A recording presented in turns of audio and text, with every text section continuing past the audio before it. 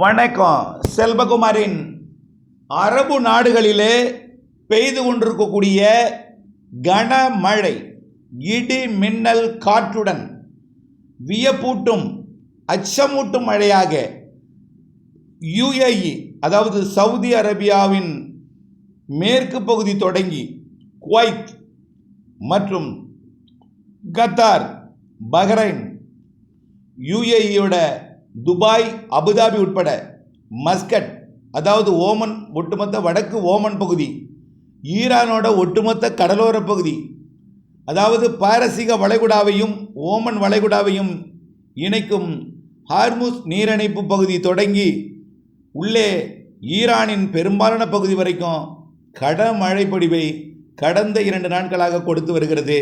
நாம் இதை கடந்த வாரமே அறிவித்திருந்தோம். நேற்றைக்கு யுஏஇயில், துபாயில், அபுதாபியில் அச்சமூட்டும் வகையில் காற்றுடன் மழைப்பொழிவு கொடுத்தது. இன்றைக்கும் இந்த மழைப்பொழிவு உண்டு. அதாவது 2026 மார்ச் 26 யுஏஇ நேரப்படி, அதாவது துபாய் நேரப்படி இன்றைக்கு மதியம் மாலையில், நேற்றே மழை பெய்த அதே நேரத்தில் இன்றைக்கு மதியம் மாலையிலும் துபாய் நேரப்படி மதியம் ஒரு 1 மணியிலிருந்து மாலை 6 மணி வரைக்கும் இந்த மழைப்பொழிவு கொடுக்கும். அதற்கு முன்பு முற்பகல், அதாவது ஒரு 11 மணியிலிருந்து அது குவைத், சவுதி அரேபியாவின் ஓமன் வளைகுடாவை ஒட்டி, பாரசீக வளைகுடாவை ஒட்டிய பகுதி, கத்தார், பஹ்ரைன் மற்றும் அதற்கு அப்புறம்தான் அது யுஏஇக்கு வரும். அதற்கு அப்புறம்தான் அது ஓமன் நாட்டோட மஸ்கட் போன்ற பகுதிகளுக்கு பயணிக்கும். இது பாரசீக வளைகுடாவில் மேற்கிலிருந்து கிழக்கு நோக்கி நகரும் பொழுதே ஈரானோட கடலோர பகுதி சற்று உள்ளேயும் மிக கனமழை பொழிவை இடி மின்னலுடன் காற்றுடன் கொடுக்கும். நேற்றைக்கு பெய்த மழைப்பொழிவை விட இன்றைக்கு கூடுதல் மழைப்பொழிவு தெரிகிறது. இதற்கு அப்புறம், அதாவது இன்றைக்கு தேதி 26, நாளை 27ஆம் தேதியும் மழை உண்டு. நாளையும் மதியம் மாலை தான். குவைத்தில் 10-11 மணிக்கு தொடங்கும். அப்படியே யுஏஇக்கு மதியம் மாலையில் வரும். அப்படியே ஓமன் மஸ்கட்டுக்கு முன்னிரவு வந்து அப்படியே பாகிஸ்தான், ஈரானோட கடலோரம் வழியாக பாகிஸ்தான் பகுதியை நோக்கி நகர்ந்து செயலிழந்துடும். இது தினசரி வரக்கூடிய, அதாவது உயரழுத்த சுழற்சியும் அதே போல் மேலடுக்கு சுழற்சியும் இணைந்து குளிர்வித்து மழைப்பொழிவை ஏற்படுத்துகிறது. அதாவது கடலிலிருந்து செல்லக்கூடிய வெப்பமான காற்று, அதாவது காற்றில் இருக்கக்கூடிய ஈரப்பதம் மேலெழுந்து உயரடுக்கில் இருக்கக்கூடிய காற்று சுழற்சி குளிர்வித்து மழைப்பொழிவை ஏற்படுத்தி கொண்டிருக்கிறது. இதனால தான் மதிய மாலை பிற்பகல் மழை அங்கே கொடுக்கிறது. இதில் புதிய வரவாக ஏப்ரல் 1ஆம் தேதியிலிருந்து 7ஆம் தேதி வரை, அதுலேயும் குறிப்பாக ஏப்ரல் 4, 5, 6 தேதிகளில் இப்போ இருக்கிறது 29ஆம் தேதி அது இமயமலைக்கு வரும். அடுத்தது ஏப்ரல் 1ஆம் தேதி வருவது ஏப்ரல் 7, 8 தேதிகளில் இமயமலைக்கு வரும். ஆக அடுத்தடுத்த மேற்கத்திய இடையூறு காற்று சுழற்சி என்று தான் சொல்ல வேண்டும். இது சற்று வடக்கு நோக்கி வருவது, இது சவுதி அரேபியா, ஈரான் இடைப்பட்ட பாரசீக வளைகுடா வழியாக இது கிழக்கு நோக்கி வர இருக்கிற காரணத்தினாலே இதே போன்று ஒரு மழை மீண்டும் ஏப்ரல் முதல் வாரத்தில் கொடுக்க போகிறது. இதை விட கூடுதல் மழையாக தான் இருக்கும். அது குறிப்பாக வளைகுடாவை ஒட்டிய பகுதி, அதாவது சவுதி அரேபியாவின் வடக்கு பகுதி, குவைத் மற்றும் ஈரானோட பாரசீக வளைகுடா, ஹார்முஸ் நீரிணைப்பு பகுதி மற்றும் ஓமன் வளைகுடா பகுதி, அப்புறம் பார்த்திங்கன்னா சவுதி அரேபியாவின், அதாவது கத்தார், பஹ்ரைன், அதனை இடைப்பட்ட அந்த பகுதி, கத்தார், பஹ்ரைன் பகுதிகள் மற்றும் ஒட்டுமொத்த யுஏஇ, ஓமன், மஸ்கட் உட்பட கனமழை பொழிவை மீண்டும் ஏப்ரல் முதல் வாரத்தில் இதைவிட கூடுதல் வலிமையான மழைப்பொழிவை காற்று இடி மின்னலுடன் கொடுக்க இருக்கிறது. இந்த காற்று என்பது புயல் அல்ல. வெப்பத்தால் காற்று லேசாகி மேலெழுந்ததும் ஏற்படக்கூடிய வெற்றிடத்தை நிரப்புவதற்காக மழை இறங்கிய இடத்திலிருந்து வெற்றிடம் இருக்கும், அதாவது குறைந்த அழுத்தம் இருக்கக்கூடிய இடத்திற்கு ஓடோடி வரும் காற்று. ஆகவே நீங்கள் புயல் அல்ல, காற்றுடன் மழை பொழிவது காரணம் வெப்பச்சலன கோடை மழை. கோடை காலத்தில் பெய்யக்கூடிய மழையில் எப்பொழுதுமே காற்றும் இடி மின்னலும் இருக்கும்.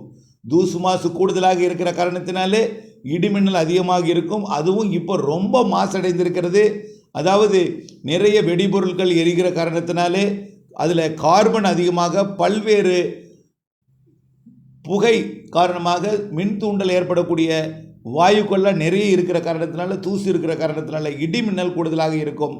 இப்போ இருக்கிற இடி மின்னல் காற்றை விட, மழையை விட ஏப்ரல் முதல் வாரத்தில், அதுவும் குறிப்பாக 3, 4, 5, 6, 7, 8 எப்படி இந்தியாவில் பெய்யுதோ அதே போல் அது 8, 9 இமயமலைக்கு வரும். அப்போ தான் சென்னை உள்ளிட்ட பகுதிகளுக்கெல்லாம் மழைப்பொழிவு கொடுக்கும்னா, அப்போ இமயமலைக்கு வரும்பொழுது அந்த மேற்கத்திய இடையூறு வட இந்திய நிலப்பகுதிகளில் கிழக்கு நோக்கி நகரும் பொழுது தான் கிழக்கு காற்றை தமிழ்நாடு ஊடாக வடகடலோரம் வழியாக ஈர்க்கும். அப்பொழுது மழை தரும் என்று நாம் சொல்லிக் கொண்டிருக்கிறோம். இவை எல்லாம் மேற்கத்திய இடையூறு மேற்கிலிருந்து வரக்கூடிய காற்று சுழற்சி, தாழ்வு சுழற்சி இமயமலைக்கு வரும் வழித்தடத்தில் இப்பொழுதைக்கு ஒரு 2-3 நாட்களுக்கும், பிறகு ஏப்ரல் முதல் வாரத்தில் ஒரு 2-3 நாட்களுக்கும் கொடுக்கும். இன்றைக்கு மதிய மாலை, நாளை மதிய மாலை இரவு, நாளைய மறுதினம் அதாவது சனிக்கிழமை கொஞ்சம் தீவிரம் குறைஞ்சிருக்கும். நேற்றை விட இன்றைக்கு கொஞ்சம் கூடுதலாக இருக்கலாம், அல்லது நேற்றளவே இருக்கலாம். நாளையும் இருக்கும் இதே மழை என்பதையும் தெரியப்படுத்த விரும்புகிறேன். இப்படி பெய்யக்கூடிய மழை சவுதி அரேபியாவோட குவைத்தை ஒட்டியுள்ள பகுதி அதிக மழை பொழிவை தரும். அது எப்படின்னா முதல் வாரத்தில். அதே போல் வளைகுடாவை ஒட்டிய பகுதியில் தான் அதிக மழை தரும். வளைகுடாக்குள்ளும் ஈரானுக்கும் சவுதி அரேபியாவிற்கும் கத்தார் மற்றும் பஹ்ரைன் மற்றும் வளைகுடாவை ஒட்டிய UAE, வளைகுடாவை ஒட்டிய ஓமன் போன்ற பகுதிகளுக்கு அதிக மழைப்பொழிவை தரும் என்பதில் மாற்றமில்லை. அதே போல் இப்படி கோடை மழை அடிக்கடி வளைகுடா நாடுகளுக்கு வரும். அதே போல் ஏப்ரல் 3வது வாரத்தில், ஏப்ரல் மத்தியிலையும் மேலும் ஒரு வலுவான மழை இருக்குது. ஏப்ரல் இறுதியிலையும் இருக்குது. மே மாதத்திலையும் இருக்குது. மே மாதத்தில் இருக்கக்கூடியதில் தற்பொழுது பார்த்திங்கன்னா ஆப்பிரிக்க நாடுகளில் பொழிந்து கொண்டிருக்கக்கூடிய மழை, அதாவது உகாண்டா சுற்றுவட்டார நாடுகளில் பொழிந்து கொண்டிருக்கக்கூடிய மழை, விக்டோரியா ஏரியை சுற்றி பொழிந்து கொண்டிருக்கக்கூடிய மழை கொஞ்சம் கொஞ்சமாக சூரியனின் குத்துக்கதிர் வடக்கே வரும் பொழுது சவுதி அரேபியா உள்ளிட்ட அரபு நாடுகளுக்கு மழைப்பொழிவை ஏப்ரல் மேயில் அதிகரிக்க செய்யும். அதில் எந்த மாற்றமும் இல்லை. தற்பொழுது உகாண்டாவில் பெய்து கொண்டிருக்கக்கூடிய மழை 29ஆம் தேதி தமிழர் பண்டிகைகள் பல அங்கே கொண்டாட இருக்கிறது அறிந்தேன். 29ஆம் தேதி கொஞ்சம் தீவிரம் குறைஞ்சிருக்கும் உகாண்டாவோட கம்பாலா உள்ளிட்ட பகுதிகளில். 29ஆம் தேதி கம்பாலாவிற்கு கொஞ்சம் தீவிரம் குறைந்த மழை இருக்கும். ஆனால் மிரட்டல், தூறல், சரளம் இருக்கும்.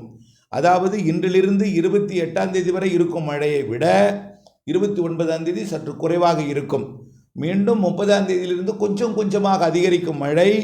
மீண்டும் ஏப்ரல் முதல் வாரத்தில் பலத்த மழை பொழிவு ஆப்பிரிக்காவின் உகாண்டா, கென்யா, டான்சானியா, எத்தியோப்பியா போன்ற பகுதிகளுக்கெல்லாம் கனமழை பொழிவை சவுத் சூடான் போன்ற பகுதிகளுக்கெல்லாம் கொடுக்க இருக்கிறது என்பதையும் தெரியப்படுத்த விரும்புகிறேன். தொடர்ந்து வானிலை அப்டேட்ஸோடு இணைந்திருந்து வானிலை அறிந்து பணி செய்திட அன்போடு கேட்டுக்கொள்கிறேன். நன்றி.